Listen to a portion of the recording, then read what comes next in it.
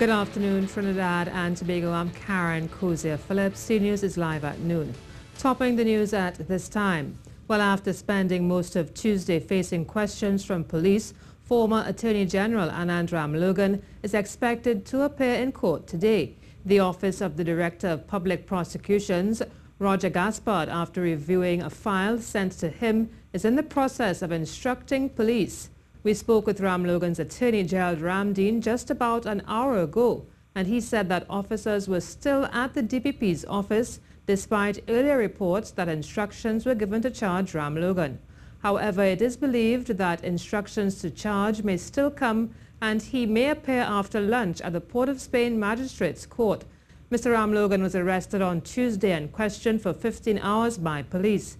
In 2015, Mr. Ramlogan and then Minister of National Security Gary Griffith were both asked to resign their cabinet posts after allegations swirled that PCA Director David West was asked to withdraw a witness statement. David Abdullah says the circumstances surrounding the former Attorney General Anand Ramlogan matter must be handled by a special prosecution unit of the Trinidad and Tobago Police Service. It is believed that Mr. Ramlogan was arrested in relation to a matter surrounding a witness tampering investigation. The leader of the Movement for Social Justice said no case was above the law. High office or just persons who engage in wrongdoing, criminal wrongdoing, must be brought to account. Those who do the crime must do the time. Yes? And that is why the MSJ insists that there be a special prosecutor with a team of dedicated, well-trained, competent and capable and trustworthy police officers.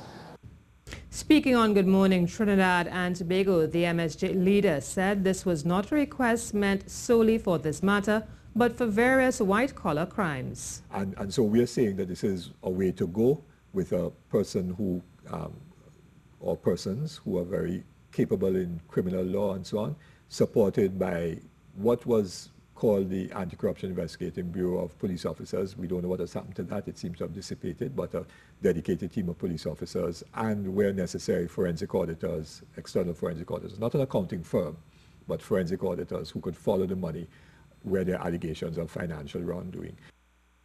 To other news now, Prime Minister Dr. Keith Rowley has said a communication mix-up contributed to the confusion surrounding Robert Lehunt's appointment and eventual revocation from the post of Minister of Public Utilities.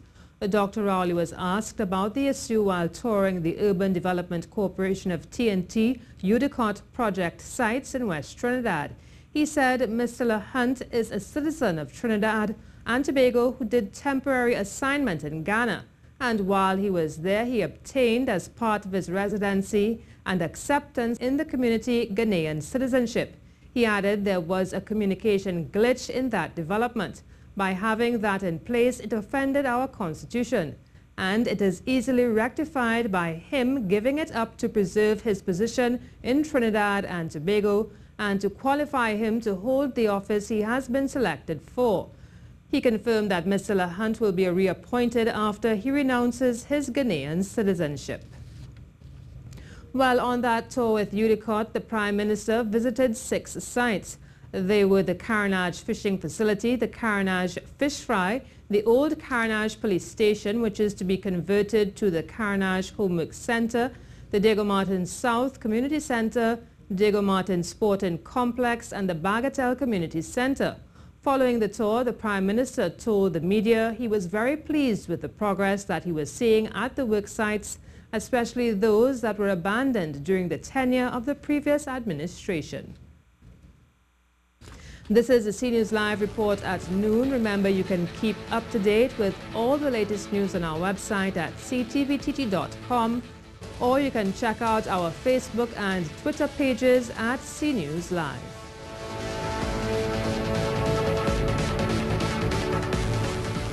Mayor of San Fernando Junia Regrello has said traffic changes for San Fernando have been long overdue. The mayor toured San Fernando alongside San Fernando West MP Faris Al-Rawi on Tuesday to get feedback on traffic changes introduced on a trial basis. Speaking on Good Morning Trinidad and Tobago, he explained the need for the changes. We need an overhaul.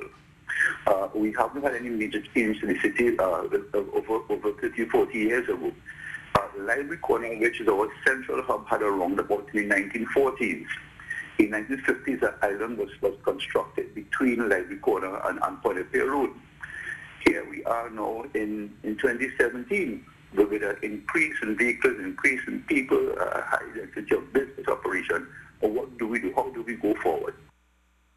But the mayor of San Fernando said that if the feedback, particularly after the first week of school, was negative, they would likely return to the original plan. Because he is the one that the police have chosen. They want to give us the authority to continue with this.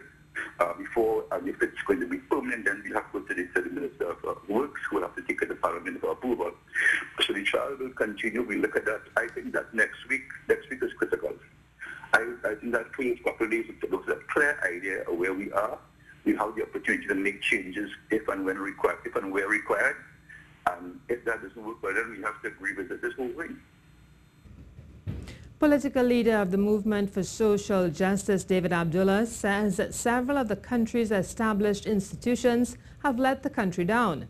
While speaking on Good Morning Trinidad and Tobago, the MSJ leader said on the eve of the 55th anniversary of independence, it is alarming that so many of the country's post-republic institutions continue to fall short of providing the service required of them. So we have a crisis of institutions in the country. You know, we are on the eve of our 55th anniversary of independence.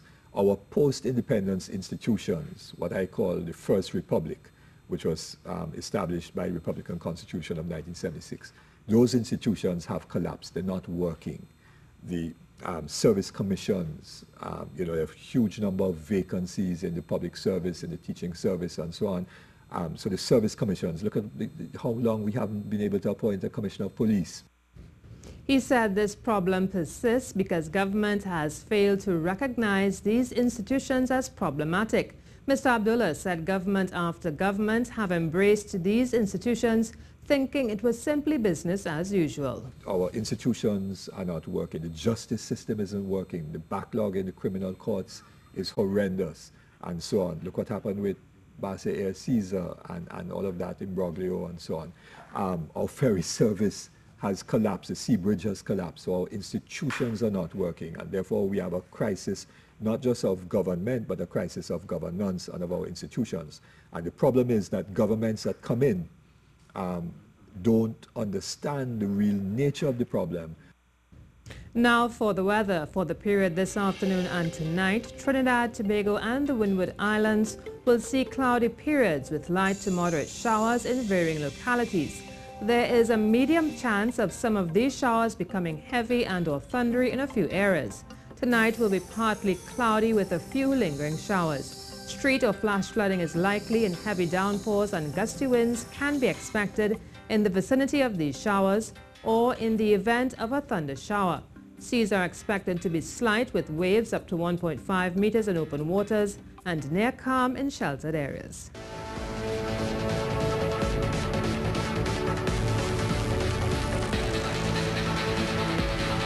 Minority Councillor Dr. Faith Israel has sought to clarify the reasoning behind Tobago House of Assembly Minority Leader Watson Duke's swim protest. The Bell Garden councillor explained that many Trinidadians were still unaware of how the sea bridge issues affect Tobago.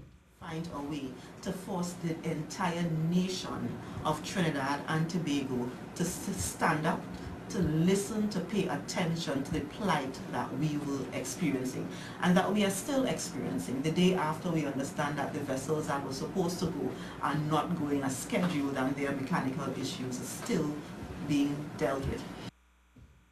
She said it was important to keep the issue on the front burner. So we wanted to highlight the fact that it was done to ensure that this issue remains on the national agenda and it does not go away. It does not die after a couple of days because, as you see, our plight is still the same. We are still suffering, and the longer we take to resolve this issue, the harder it will be to bounce back. Leader of the Movement for Social Justice, David Abdullah, says government must make a clear decision when it comes to appointing a public utilities minister. This after Robert LaHunt, who was sworn in only last week, could not take up his appointment because it came to be known that he's a citizen of Ghana. Mr. Abdullah said Mr. LaHunt was the 5th person to hold this position since the 2015 general elections. Now, he said the Ministry of Public Utilities plays an important role in this country. Not the day-to-day management, but overseas policy with respect to all the things that are essential to life in Trinidad and Tobago. Water, electricity, and telecommunications, amongst other things. And you cannot get more vital to life than water, electricity, and telecommunications. If any of those three shut down, and there may be some others that I've left out in terms of public utilities. Mr. Abdullah said a minister overseeing the policies of the ministry was an important role. But if those three shut down, then the country comes to a complete and utter halt. Or if we make bad decisions with respect to policy, then going forward, we were going to have major crises in terms of the delivery of water. We already have problems with respect to electricity, generation, distribution, and the pricing and so on. And we will also have problems with respect to telecommunication, around which so much revolves in the world today. The MSJ leader also blamed the government and Mr. LaHunt for not doing proper checks. But he ought to have declared that he became a Ghanaian citizen to the Prime Minister. So he was irresponsible in that regard. Whether he knew the Constitution or not, ignorance of the law is no excuse whatsoever. So he ought to have declared, and they should have done a due diligence.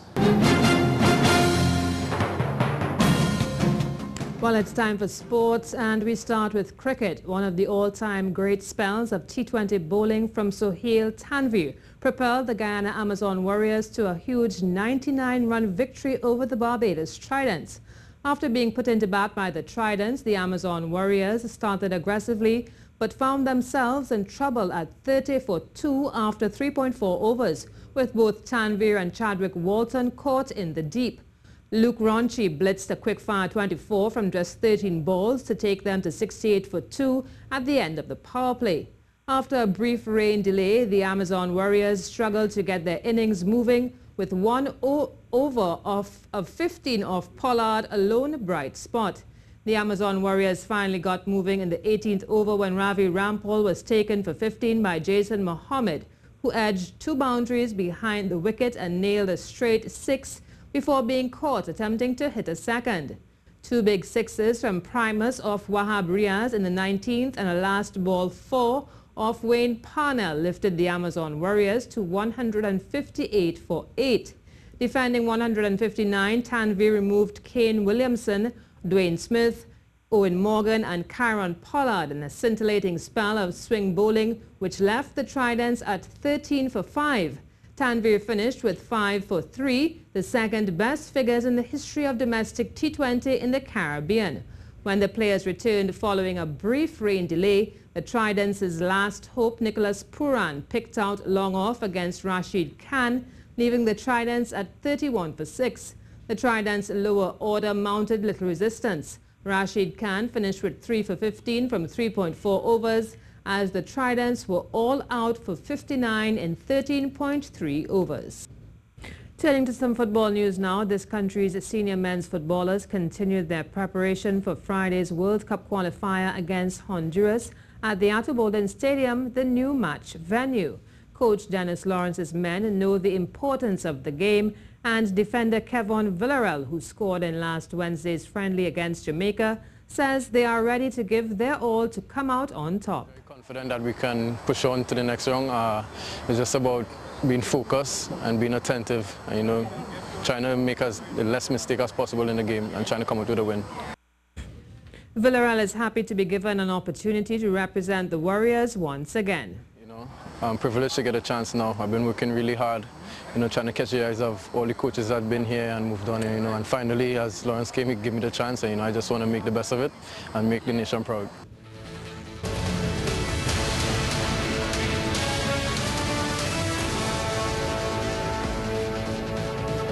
Some news just coming in. The Trinidad and Tobago Police Service has called for citizens to adjust driving habits for the new school term and to reduce speed when driving.